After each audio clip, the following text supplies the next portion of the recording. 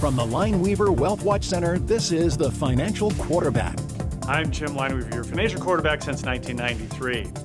It's election year once again, and is your portfolio ready for a Trump-Biden rematch? As you may have seen on our website, we're putting together a panel to share 9 little-known strategies to help prepare your portfolio for the election. We're also going to show you how you can join us at Lockkeepers at the end of the segment. So one of the panelists who's joining me today is Jerry Herman, who's one of our chartered financial analysts, and he's a member of our investment committee. He's here to help us talk through what the election might do to the markets and your portfolio. So Jerry, where do we get started? Well, it's a really interesting year, Jim. We have the election, but in addition to the election, we also have the issues of persistent inflation. And also we're in the midst of an interest rate cycle. So these, coupled with sort of the normal election year trends, makes it a more challenging than average year to navigate. Yeah, the Fed's goal is to maximize employment with low and stable inflation, and it does so with monetary policy.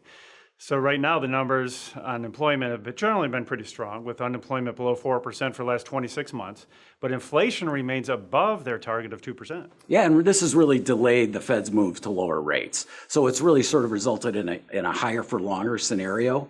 At the end of last year, economists were expecting 6 to 7 rate decreases this year, more recently like 2 to 3, and now people are talking about maybe even 1 or none. This is especially important because people typically hold more cash during election years, as high as $6 trillion by one count. But when rates do come down, return on cash will likely come down as well, decreasing performance. So this is what we call the cash trap, and we're going to share strategies at our program for you to avoid falling into and missing out on potential opportunities. Yeah, and in addition to interest rates and the Fed cycle, inflation's been really persistent. So some of the macro factors are suggesting that inflation is easing, but in some key categories like food and gas and housing and insurance, that hasn't really been the case. So while the narrative is inflation's coming down, a lot of people really aren't feeling it. And so we have what's going to likely be a closely contested election, as well as persistent inflation, and we have to think about how to navigate the interest rate cycle.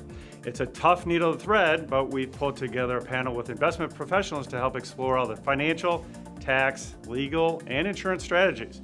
We'll cover 9 little-known strategies that can help set your portfolio up for success during a challenging election year. And these are going to include how you can benefit no matter who wins, how each candidate's policy can affect your portfolio, how experienced investment professionals can help you avoid the cash trap, how to keep inflation from cannibalizing your retirement, and also how to prepare for the planned tax law changes ahead. And we're going to cover a lot more. So join myself and our whole panel for a complimentary dinner presentation at Lockkeepers. Seating is limited and filling up fast, so reserve your spot today by calling the number on your screen or going to lineweaver.net. Here's Fox News Sunday.